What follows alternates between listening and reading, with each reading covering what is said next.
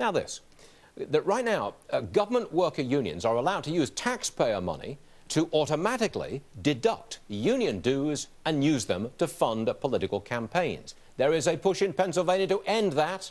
We're joined by Matthew Briette, who's the president of the Commonwealth Foundation. Matthew, welcome to the program. I want to make sure I've got this right. Is it, as of right now, does my money go through government unions to support political activity, which I may not approve of, by the way, but is that how it's working at the moment? Well, it's working that way not only in Pennsylvania, but many states, and taxpayers don't even know it, that they are subsidizing the collection not only of union dues that are used for political activity, but campaign contributions, Stuart, that are used to fund candidates and causes that really are many times against the taxpayers' interests. Okay, Matthew, I just want to spell out the flow of money here. I'm a taxpayer. I pay money to the federal government, which then reroutes it. Does it reroute it to government unions in the form of pay to union members who work for the government, who then divert it to political activity? Is that the flow of money at the moment?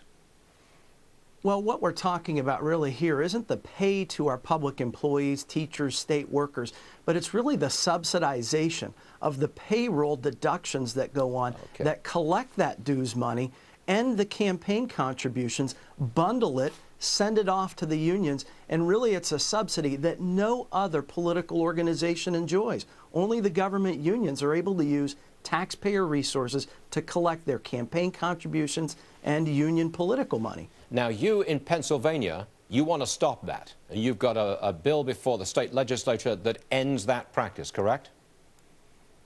We do, and this is not about busting unions. It's not about silencing their voice in policy debates. It's about making them play by the same rules as everyone else.